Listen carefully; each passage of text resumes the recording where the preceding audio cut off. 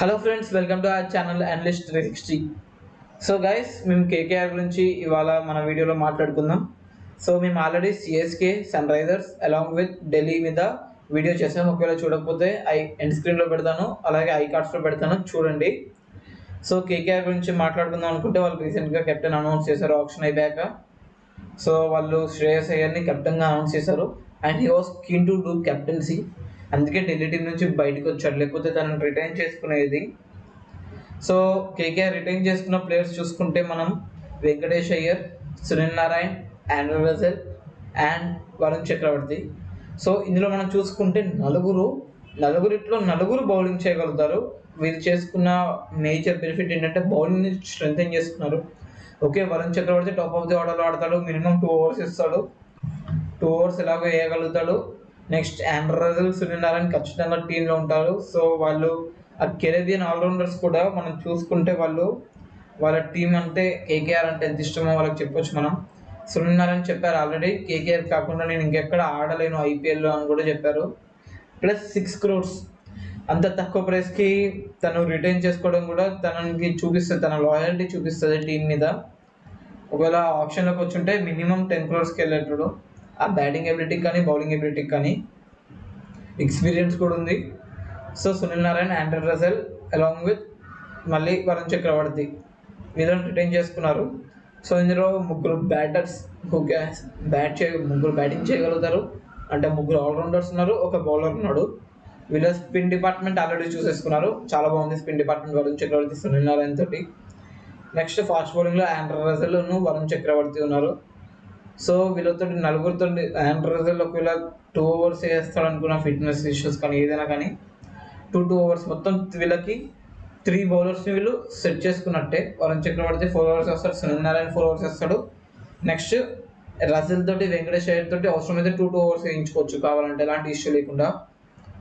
వరుణ్ చక్రవర్తి కూడా ఇంకా face increase చేసుకోవడానికి గుజరాత్ బేస్డ్ ఎవరినో కోచ్గా పెట్టుకుంటున్నట్టు వార్తలు వచ్చాయి. సో అది కూడా చూడాలి. నెక్స్ట్ వీళ్ళు కొన్న ప్లేయర్స్లో చూసుకుంటే వాళ్ళు ఆల్రెడీ ఉన్న ప్లేయర్స్ ప్యాట్ కమిన్స్ కానీ టిమ్ సౌదీన్ కానీ బైబ్యాక్ చేసుకున్నారు. సో వాళ్ళకి fast bowling unit, spinning unit, bowling unit మాత్రం చాలా స్ట్రాంగ్ ఉంది. కొంచెం వీక్ అనిపించేది ఏంటంటే మనకి ఆ బ్యాటింగ్ యూనిట్లోనే కొంచెం ఆ ఓపెనర్స్లో కానీ మిడిల్ ఆర్డర్లో కానీ కొంచెం గ్యాప్ అవుతుంది. సో మనం ఓపెనర్స్గా చూసుకుంటే వెంకటేష్ అయ్యర్ ఆల్రెడీ ఉన్నాడు. So maximum Venkatesh Iyer opening చేస్తారని నేను అనుకుంటున్నాను. ఆల్రెడీ మనకి ఫినిషింగ్ రోల్స్లో మనకి సునీల్ నారాయణ్, ఆండ్రూ రసెల్ ఉన్నారు కాబట్టి ఖచ్చితంగా వెంకటేష్ అయ్యర్ ఓపెనింగ్ చేసుకుంటాడు. తనకి మ్యాక్సిమం నెంబర్ ఆఫ్ రన్స్ కూడా ఓపెనింగ్ వచ్చాయి కాబట్టి ఓపెనింగే చేస్తాడు. సో వెంకటేష్ అయ్యర్తో పాటు ఓపెనింగ్లో మనకి 2 choices ఉంటాయి. ఒకటి అజింక్య రహానే, ఇంకోటి అలెక్స్ హేల్స్. సో మనం అలెక్స్ హేల్స్ని పెట్టుకుంటే మళ్ళీ మిడిల్ ఆర్డర్లో మనం ఇంకో ఫారినర్ని లూజ్ చేసుకోవాలి. ఆల్రెడీ ఫారెన్ స్లాట్స్లో మనకి సునీల్ నారాయణ్, ఆండ్రూ రసెల్ ఖచ్చితంగా ఉంటారు. తనతో పాటు టిమ్ సౌదీ కానీ ప్యాట్ కమిన్స్ కానీ ఖచ్చితంగా ఉంటారు. So already 3 foreign slots down the order అయిపోయాయి. సో మనకు మిగిలింది ఒక్కటే స్లాట్. ఆ ఒక్క స్లాట్ ఎలా ఫిట్ ఇన్ చేసుకోవాలని చూసుకోవాలి. అలెక్స్ హేల్స్ ఇంకా చూసుకుంటే మనకి అలెక్స్ హేల్స్ ఓపెనింగ్ చేస్తాడు కావాలంటే. సో అలెక్స్ హేల్స్ను వెంకటేష్ అయ్యర్ తోటి ఓపెనింగ్ చేపిస్తారా చూడాలి మనం. సో నేనైతే వాళ్ళిద్దరిని ఓపెనింగ్ అనుకుంటున్నాను. లేదు అంటే Alex Hales and Venkatesh Iyer Ajinkya Rahane and Venkatesh Iyer తోటి ఓపెనింగ్ చేసుకుంటే మిడిల్ ఆర్డర్లో షెల్డన్ జాక్సన్ లాంటి ప్లేయర్ని తెచ్చుకోవాలి వికెట్ కీపింగ్ కోసం.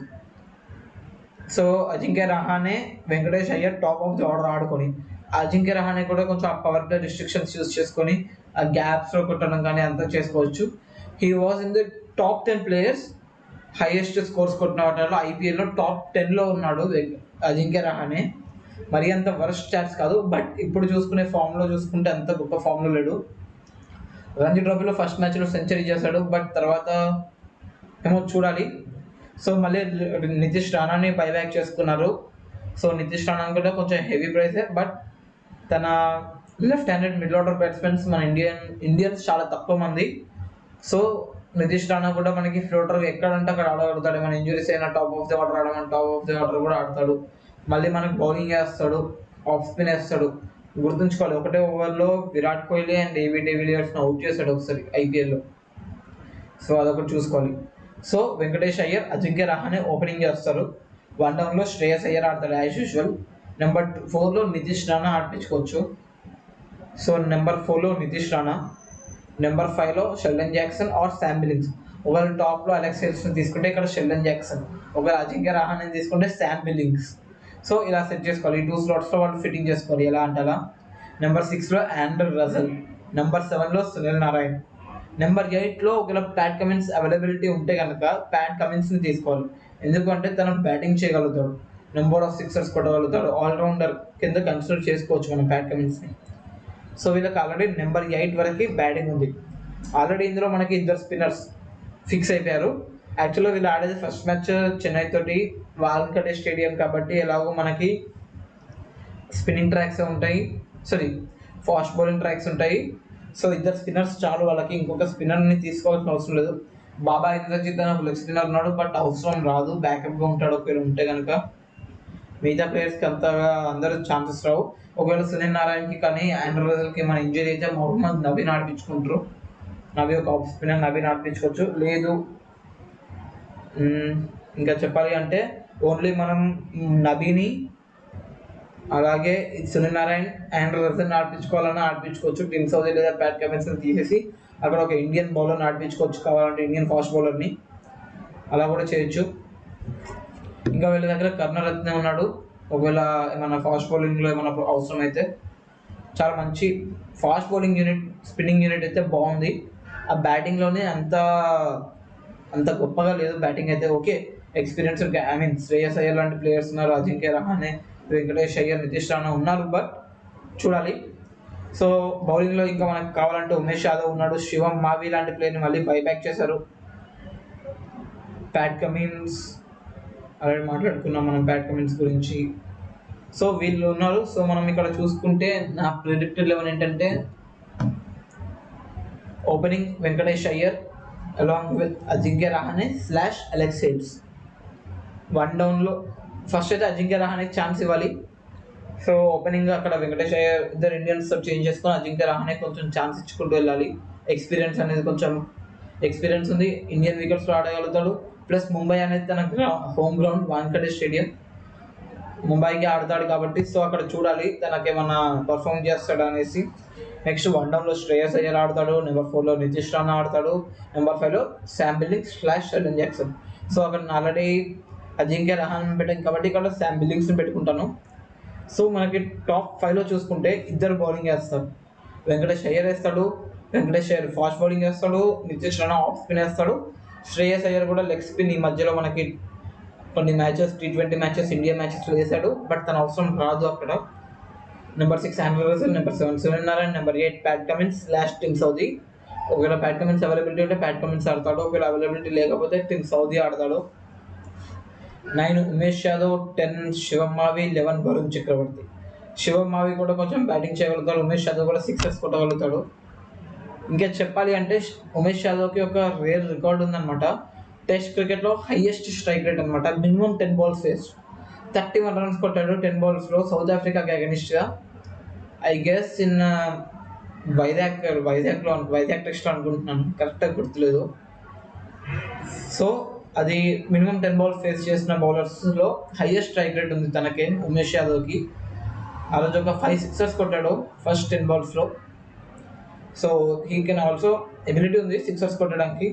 ఒకవేళ టీమ్ సౌదీ ప్యాట్ కమిన్స్ ఇద్దరు అవైలబిలిటీలో లేకపోతే కరుణరత్నే ఆడతాడు. మొహమ్మద్ నబీ గురించి మాట్లాడుకున్నాం. షెల్డన్ జాక్సన్ బ్యాకప్గా ఒకవేళ ఫస్ట్ 11లో ఛాన్స్ రాకపోతే, ఒకవేళ అలెక్స్ హేల్స్ పర్ఫామ్ చేయకపోయినా రహానే పెట్టుకొని కింద మార్చుకోవచ్చు. బాబా ఇంద్రజిత్ లాంటి ప్లేయర్స్ ఉన్నారు, తనకు ఛాన్స్ రాకపోవచ్చు. రింకు సింగ్, ప్రాథమ్ సింగ్ అనే వీళ్ళు ఉన్నారు, బట్ వీళ్ళ chance I don't think so. ఇంకొకరు రషీద్ ఖాన్ అని జమ్మూ కాశ్మీర్ ప్లేయర్ అనమాట. సో తను కూడా ఉన్నాడు, జమ్మూ కాశ్మీర్ మీడియం పేసర్. అంకుల్ రాయ్ లాంటి ప్లేయర్స్ ఉన్నారు. సో ఈ వీడియో అయితే ఇంతే గాయస్. ఒకవేళ ఇంతే నా 11 అయితే. సో మళ్ళీ 11 మాట్లాడుకుంటే కనుక వెంకటేష్ అయ్యర్, ఇంకా మనకి ఎవరు అజింక్య రహానే ఫస్ట్ 11 అయితే. Next Shreyas Iyer, Nitish Rana, Sam Billings, Andrew Russell, Sunil Narine, Pat Cummins, Umesh Yadav, Shivam Mavi, Varun చక్రవర్తి.